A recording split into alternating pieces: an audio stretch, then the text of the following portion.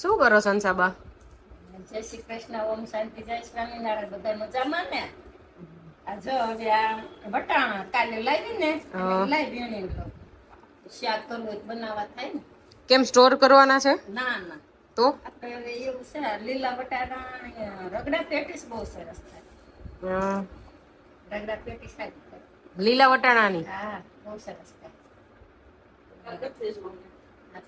તો અમને બનાવી દેશો ને? મેં તો સૂકા વટાણા ખાધી છે રગડા પેટીસ, લીલા નથી ખાધી એટલે. બહુ સરસ થાય. લીલાની હારી થઈ.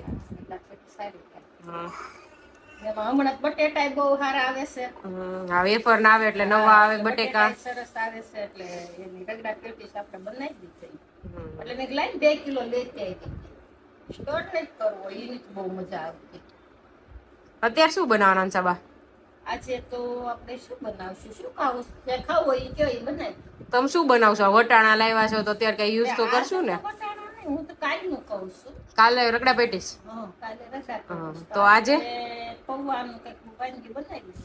શેના? ચોખા પૌવાનું? હા, ચોખા પૌવાનું પેટીસ બનાવી. ચોખા પૌવાન પેટીસ બનાવવાના છું. ઓકે, તો આ જનસાબા ચોખા પૌવાન પેટીસ બનાવવાના છે. એની સાથે શું ખાવાનું? તો એની સાથે આપણે શું ખાશું? ગ્રીન ચટણી. ના ના, ગ્રીન ચટણી પેટીસ તો પછી કેચઅપ, આમલીની ચટણી, આમલી ખજૂર, આમચૂર પાવડર અને ખજૂરની ચટણી. હા, અમુક ને આમલી નો ભાવે એટલે ભાવે ખરા, પણ સાંધા ઓલા દુખાવો હોય એટલા માટે. એ વસ્તુ આમલીની ચટણી, કેરીની ચટણી જોઈ ગયો. ચટણી તો બીજું વસ્તુ હોય નહીં. જો હવે કટલેસ બનાવવાની છે તો એને ધાણા વીણે છે હંસાબા. દેશી ધાણા છે. જો પ્રિપરેશન શરૂ થઈ ગઈ છે. દેશી ધાણા વીણે છે. આટલા બધા ધાણા જોઈએ હંસાબા? ના ના, આ તો લાવી એટલે વીણી મેલ દઉં ને. એટલા બધા ન જોઈએ ને. દેશી છે, જો તો કેવા છે, હળે છે. કેવા છે? હા, ઝીણા પતલા એક એક. ઉનાળામાં આવા ધાણા અત્યારે આવે એટલે સારા કહેવાય. ઉનાળો થોડો કેવાય. હવે ઉનાળો સ્ટાર્ટ થઈ ગયો એમ ગણવાનો. વૈશાખ હોય. સુરતમાં હારું, અમારા અમદાવાદમાં ધાણા જ ના મળે. ખડ જોઈ લો.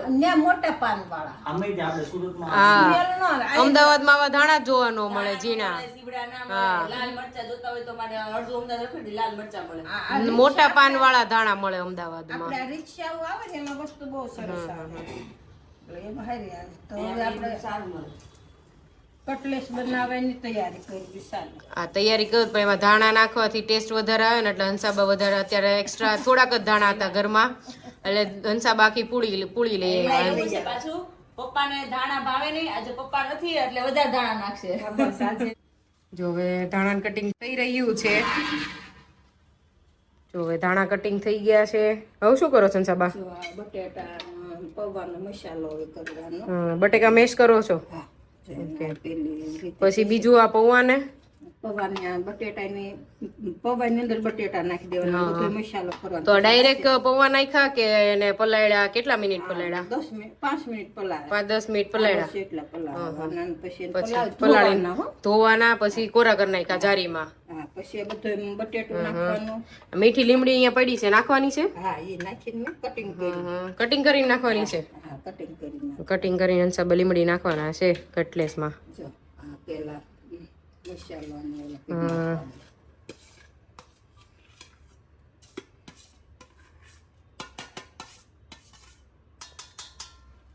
બધું એમાં જ મસાલો બનાવી નાખવો છે?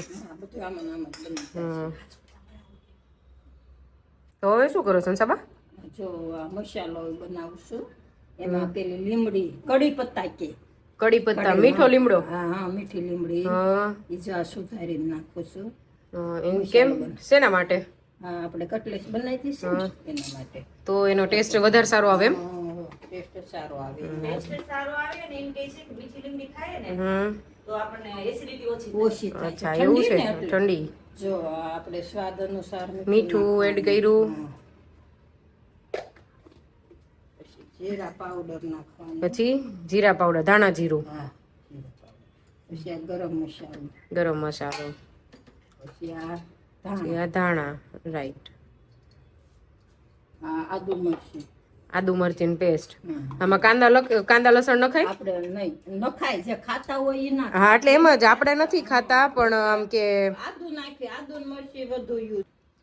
આદુ મરચી નાખ્યું, પછી હવે આદુ મરચી નાખ્યા, ધાણા નાખ્યા, મીઠી લીમડી જે કાંદા લસણ ખાતા હોય ઈ કાંદા લસણ નાખી શકે. એ નાખી શકે, પણ આપણે નહીં ખાતા. આપણે નથી આદુ ને ખાતા. મરચી વધુ યુઝ કરીએ. ઓકે, અમે આદુ મરચી વધારે યુઝ કરીએ ટેસ્ટ માટે. આ શું નાખ્યું? આ તલ નાખ્યા. તલ નાખ્યા. ઓકે, પછી આ ખાંડના દાણા એ ખાંડ આવતા આવતું જાતું થોડુંક સુગર એમ ગળપણ. મરી તો સારામાં સારી. હા તો કેમ આખી બોટલ લીધી હંસાબા? આ જો આ અલગ જ છે એક, જો આપણે જાવ ડાયરેક્ટ.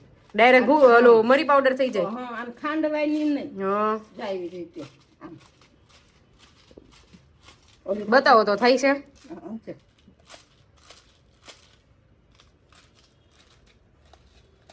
હા, જો અસલ નો થાય છે હો, મરી પાવડર. બતા હા જો મરી પાવડર. આ ઓલું ખાંડવાની ઝંઝટ નહીં હવે. હા હા, ડાયરેક્ટ જ મરી પાવડર થઈ જાય. પછી હવે લીંબુ નાખવાનું. બહુ ખાટા નથી કરવા માટે એવું કરવું છે.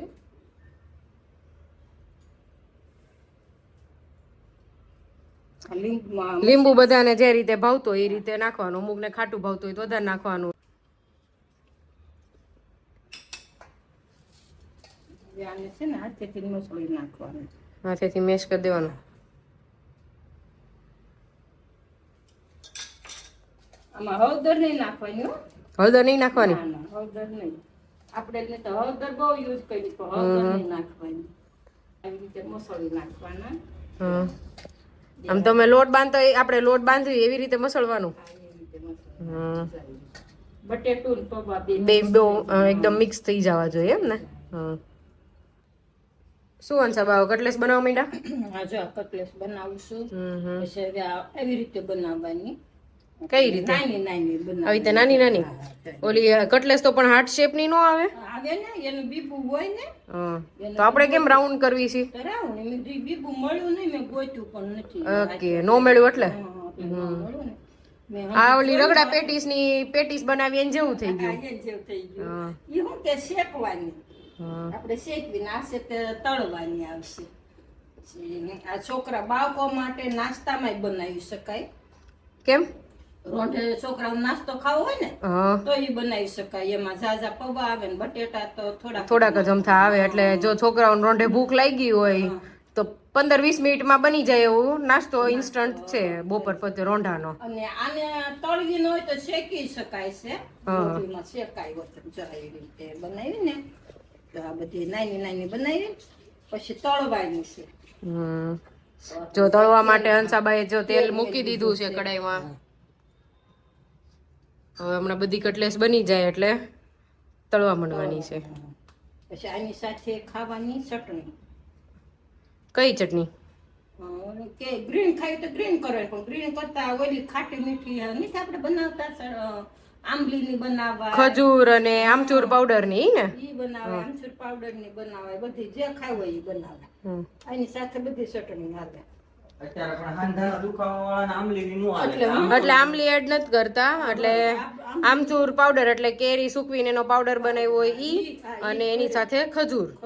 હા, ઈ તો ઘરે જ બનાવી. ઘરે જ બનાવવાની. હા, અને જેને કેચઅપ ભાવતો ઈ કેચઅપ સાથે ખાય. બસ એ ભાવતો ઈ ખાય ને ઈ કેચપ હારે હાલે ને ચટણી હારે બધા હાલે. સાથે ખાઈ શકાય છે. જેમ સ્વાદ અનુસાર જેમ લઈએ ને એ રીતે ખાય. ફટાફટ વળી જાય સંસાબા કટલેસ? મળી જાય છે. જો કેવું રાખ્યું છે સ્ટફિંગ? આમ આ માપે છે. જો ઢીલું કર્યું નથી ને બહુ? નહીં આમાં કશું નહીં નાખવાનું. પછી ખાલી મસાલો પૌવા ધોવાના ને બટેટા બાફવાના. પછી આમાં પાણી ને એવું નહીં નાખવાનું. એટલે આમ મીડિયમ બને એમ ને? આમ જલ્દી તરત વળી જાય અને આ કડકડી બને. ઓકે, ક્રિસ્પી થઈ જાય. હા, પૌવા આવે ને હા, ચોખાના પૌવા આવે ને કલાના હોય એટલે પાછું હું ઈ તેલમાં આવે એટલે કડકડી થઈ જાય. અને બટેકું તો એટલા માટે નાખવાનું કે પૌવાની કટલેસ આમ મિક્સ આમ સરસ બને. નકર પૌવા છૂટા છૂટા રહે. પૌવા નકર છૂટા છૂટા રે એટલે આપણે થોડુંક બટેકું એડ કરવાનું એટલે પૌવા આમ લોચા જેવું થઈ જાય. સ્ટફ હરખું થાય. હા, જો તળવાનું શરૂ થઈ ગયું છે.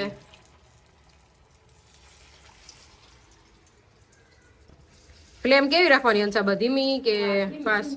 ધીમી. થોડું ભૂતવાઈ દીધું હા, એટલે હા. ધીમી રાખવાની. બહુ ફૂલ તેલ નહીં રાખવાનું ઓકે. ગેસ. અને તેલ અહીંયા માપે જેવું કરવાનું. હાલો, જો કટલેસ તો બની ગઈ છે, પણ હવે આજે હંસાભાઈ વેફર પાડી હતી, સુકાઈ ગઈ છે, તો કે તળીને જોઈ કેવી થઈ છે એમ. કેવી થઈ છે હંસાબા? સરસ થયું, એક નંબર. એક નંબર થઈ છે. લાલ નથી થઈ જતી ને? જો એકદમ ધોળી ધોળી થાય છે, નકર અમુક ને લાલ થઈ જાય. ના ના, ઈ થોડુંક તેલ આવી ગયું છે તો એટલે હા, હા. નહીં તો લાલ નથી, બટેટું સારું આવ્યું. બટેટું સારું છે.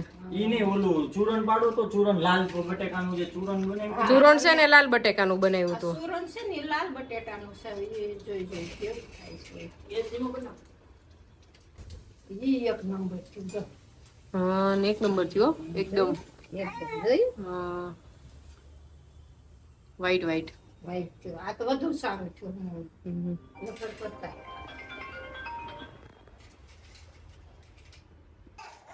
કેવું મસ્ત છે જો, વ્હાઈટ એકદમ. ભાઈ બેયવાનું મસ્ત થયું. આજે બન્યું. હા, ચૂરણ અને વેફર બંને. વેફર બંને.